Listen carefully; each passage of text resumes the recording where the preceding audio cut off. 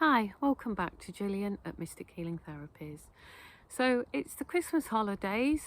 Hope everybody's having a nice relax and a nice rest. I'm going to talk today about soul contracts and about how this can be related to families.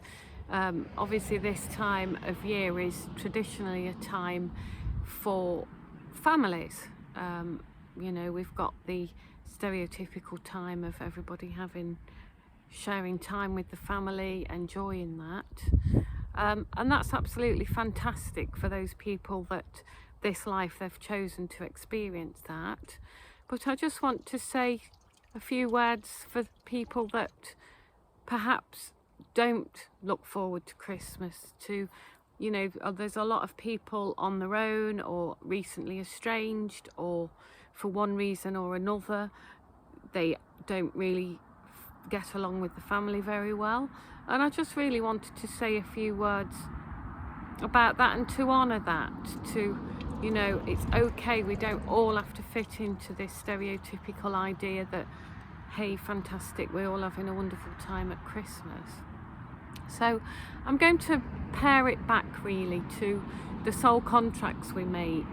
So as a lot of you know, before we're born, we make a decision, we make our soul contracts, we decide what lessons we want to learn as a soul before we come into this incarnation, and then of course we forget about that and we kind of go into the world blind. It's like we've got a blindfold on and we have to try and find our way through the world. Now, for many people watching these sorts of videos, you'll be star seeds. So, you're most likely more evolved soul than perhaps the average person. I'm not saying that in a better or worse kind of way. I'm just talking about how many lessons you've already got under your belt. That to me would be an evolved soul, somebody who's perhaps had plenty of incarnations, learnt a lot, and have got a lot of soul lessons under the belt. So, like I say, many people watching this have perhaps already cycled around lots of human incarnations and learnt a lot. So quite often there seems to be a theme with star seeds, that quite often the star seeds are the people that choose families that perhaps they don't necessarily feel like they fit in with. They quite often the black sheep or the person that doesn't quite seem aligned. And you could say, well, why is this the case, and why are there so many soul seeds that haven't necessarily been the centre of the attention or the favourite one in the family? Well, I believe that sometimes during the soul contracts that we make, we perhaps choose difficult life. So we might choose to go into a family. Let's say there's a family that's repeated lots of karmic kind of patterns time and time again. If you're a more evolved soul, you might choose to come into that family to break that karmic pattern, or to put the cat amongst the pigeons and try to assist the people in your family to see things from a different point of view. So if we use the old analogy of the radio station and the bandwidth of trying to find a station within certain perimeters of the bandwidth of, say, FM or AM or whatever it might be before digital, then you might have chosen to come into a very narrow bandwidth, a family that's perhaps got very narrow-minded way of thinking about things. So you might have come into that family to try to help them expand their consciousness. But quite often this results in you feeling like you don't quite fit in, or you're the scapegoat, or you're always the one forgotten, or you're the one that nobody buys a Christmas present for, etc., etc.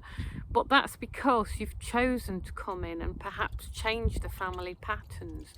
And also at this time, there's a lot of people transmuting ancestral karma. As we in the end days of this paradigm, many of us as more evolved souls might have chosen to kind of dissipate historical family karma, so we're transmuting it through our experiences within our families.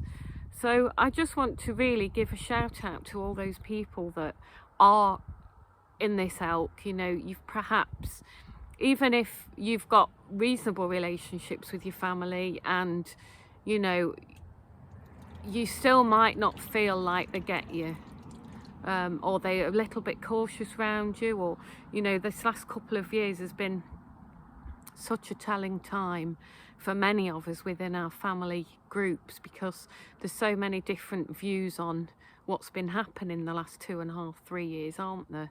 So that's divided many families as well. But it's not just about that, you know, it can go back through, like I say,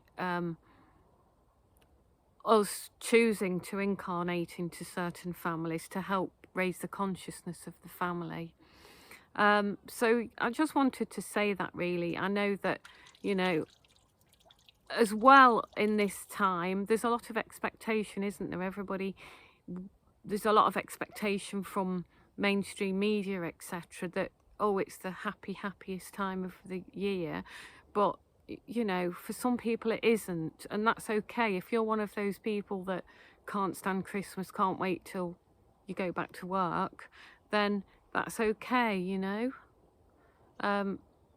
There's a lot of people struggle with this at this time of year, so you're not alone, you're really not.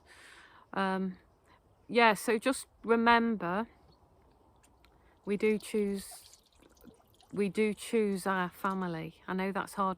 People say you can choose your friends, but you can't choose your family. I beg to differ. I think we do choose our families. We choose them for what lessons our soul needs, or to help the family that we've been born into as well. But it's not always fun.